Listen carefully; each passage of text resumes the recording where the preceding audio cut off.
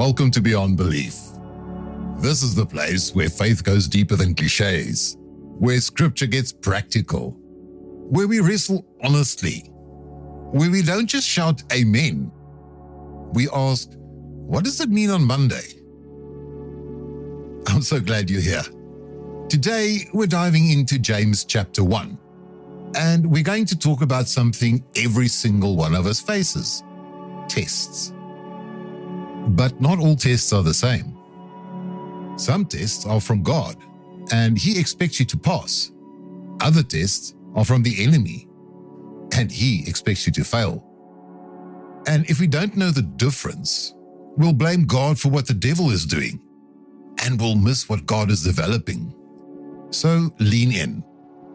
This one might shift how you see pressure forever. There have been times in my life where everything felt like a test. Financial strain, ministry pressure, relationship tension, delayed answers to prayers, doors closing, and opportunities stalling. And I remember saying, God, why are you testing me like this? But here's what I've learned. I wasn't just being tested, I was being trained. And there's a difference. Tests expose what you know. Training builds what you need. And in those same seasons, something else showed up too. Temptation. When finances were tight, temptation whispered, compromise a little. When relationships were strained, temptations whispered, withdraw, shut down. When ministry felt heavy, temptation whispered, quit, no one would blame you. That's when it hit me. The trial was pushing me towards maturity. The temptation was pulling me towards mediocrity. Two different pressures, two different sources, two different outcomes. And I had them confused. So let's make it real. You lose your job, that's a trial. But the temptation is to panic and abandon trust. You're waiting for breakthrough in a relationship. That's a trial. The temptation is to settle for less than God's design. You're misunderstood. That's a trial. And the temptation is to become bitter. You're tired. That is a trial. Temptation is to numb yourself with something unhealthy. See the difference? Trials build. Temptations erode. Trials strengthen. Temptation weakens. Trials stretches your faith. Temptation feeds your flesh. And if you can't tell the difference, you'll accuse God of sabotage when He's actually sculpting you. Let's walk through James 1 slowly. In James 1 verse 2-4, James says, "Consider it pure joy, my brothers and sisters, whenever you face trials of many kinds, because you know that the testing of your faith produces perseverance. Let perseverance finish its work, so that you may be mature and complete, not lacking anything." James doesn't say if you face trials, he says when. Trials are not an interruption to your faith. They're a part of it. He says the testing of your faith produces perseverance. Notice the word produce. Trials are productive. They create something in you that comfort never could. Let me say something bold. Comfort has never made anyone spiritually strong. If muscles grew from comfort, we'd all be bodybuilders from sitting on the couch.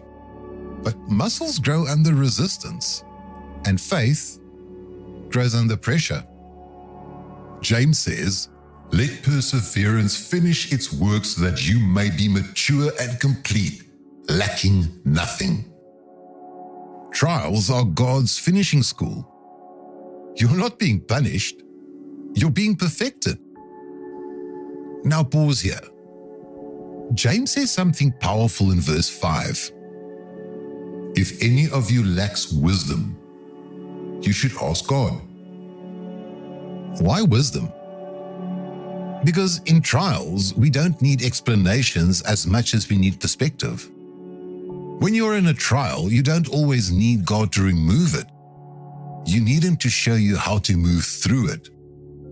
Then James says in verse 6 to 8 that when you ask in faith without doubting. Because a double-minded person is unstable. And here's the connection. Trials expose whether you are anchored. They reveal whether you trust God when circumstances wobble. Now, James shifts in verse 13. When tempted, no one should say, God is tempting me. Let's settle this. God does not tempt you. He does not set moral traps. He's not dangling sin in front of you to see if you fail. James says God cannot be tempted by evil, nor does He tempt anyone. Instead, in verse 14, he says, each person is tempted when they are dragged away by their own evil desire and enticed. Dragged away, enticed. That's fishing language. The enemy doesn't present temptation as destruction. He presents it as relief.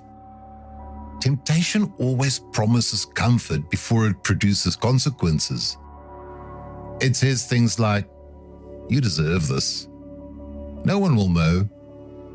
It's not that serious. Hey, you've been under pressure. Temptation preys on vulnerability. And then James outlines the progression in verse 15. Desire conceives, sin is born, and sin, when full grown, gives birth to death. That is a process. Sin is really spontaneous. It's cultivated. That's why catching temptation early matters. If you entertain it long enough, it will mature. And then James says in verse 16, do not be deceived.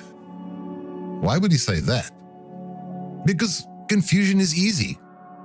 When life is hard and temptation is loud, it's easy to think God is withholding good from you. So James reminds us, every good and perfect gift is from above, coming down from the Father of lights, who does not change like shifting shadows. God does not fluctuate in goodness. He does not wake up in a bad mood. He is steady. Temptation says, God is holding out on you.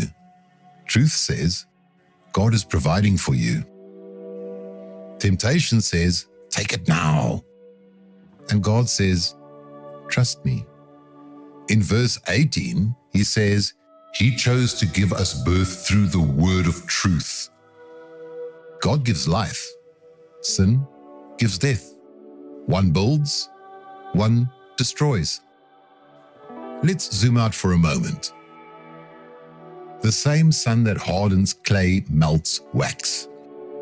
Trials will either harden you or soften you. Temptation will either be resisted or embraced. But here's the key. God expects growth. The enemy expects collapse. There was a time in my life when everything felt delayed. Opportunities weren't moving, doors weren't opening, and progress felt slow. And I remember thinking, maybe I missed it. Maybe I failed. But during that time, something subtle was happening. Character was being built. Patience was forming. Dependence on God was deepening. And here's the crazy part. When the breakthrough eventually came, I realized if it had come earlier, I wouldn't have had the maturity to sustain it. The trial wasn't blocking promotion. It was preparing me for it. And at the same time, temptation was whispering, force it, make it happen, take shortcuts. But shortcuts would have sabotaged everything I was praying for. Think about your current situation. Where are you under pressure? Financially, emotionally, relationally, spiritually? And ask this question.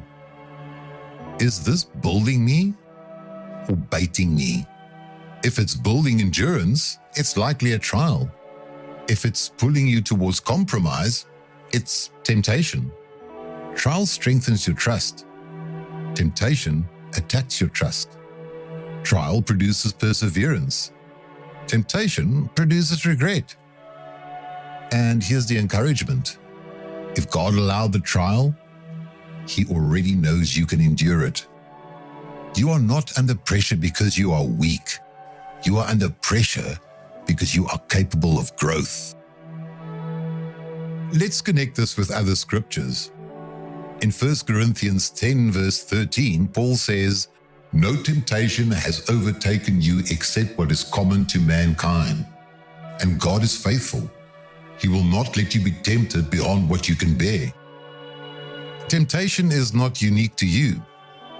It's very common. And God always provides a way out. And notice this. God doesn't remove all temptation, but He does provide an exit. Now consider Hebrews 12 verse 11. "No discipline seems pleasant at the time, but painful. Later on, however, it produces a harvest of righteousness." That's trials again. Painful in the moment, fruitful in the future. Even Jesus faced both. In Matthew 4, He was tempted in the wilderness.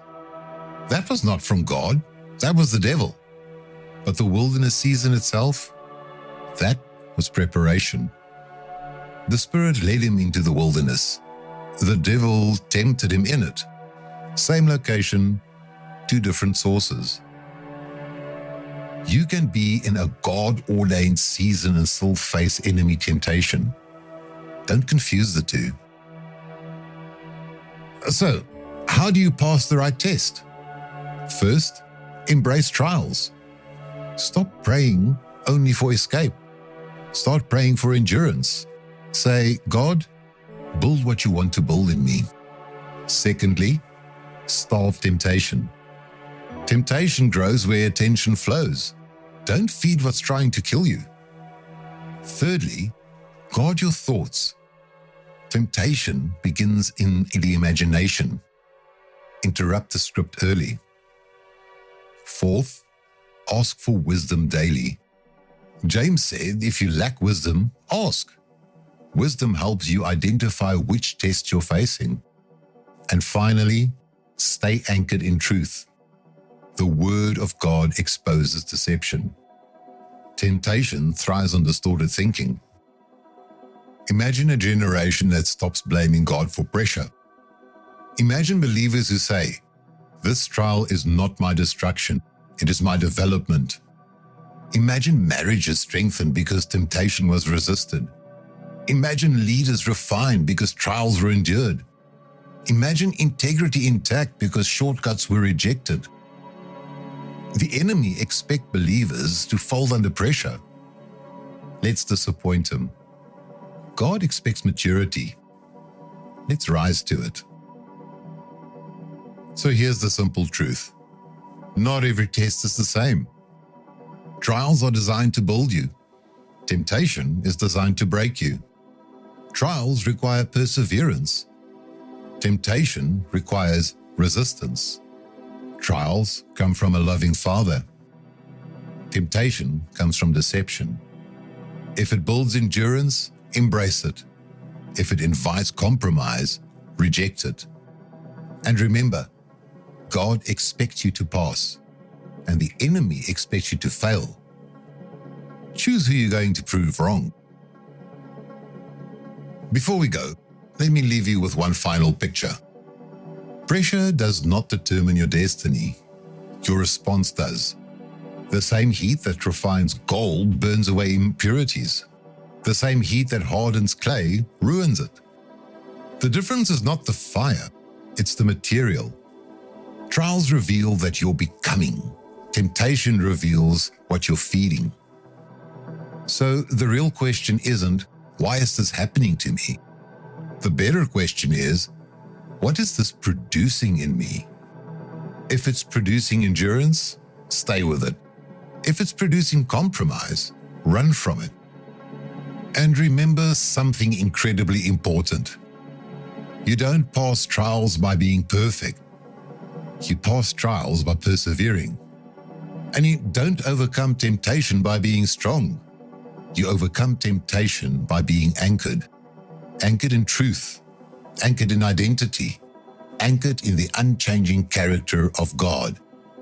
Because when the wind blows, it's not the strongest tree that survives, it's the one with the deepest roots. You are not under pressure because you are fragile. You are under pressure because you are being forged, built to pass, not built to break. So when the next wave hits, pause, discern. Is it building me or baiting me? Is this a test from God that will strengthen me, or a trap from the enemy designed to weaken me? Then choose growth, choose endurance, choose obedience, and let perseverance finish its work.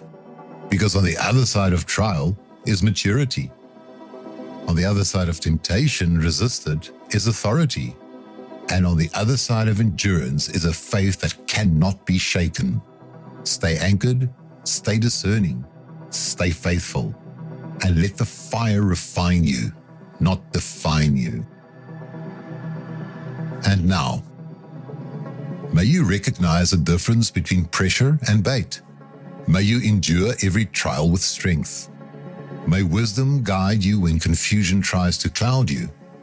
May temptation lose its voice over your life. May perseverance finish the work in you. May you mature, complete, lacking nothing. May you stand firm under trial and receive the crown of life. And may your faith grow stronger than your circumstances. Thank you for listening to Beyond Belief. If this message encouraged you, strengthened you, or gave you clarity, share it with someone who might be under pressure right now. Remember, you are not being destroyed. You are being developed. Pass the right test and resist the wrong one. And I'll see you next time on Beyond Belief. God bless.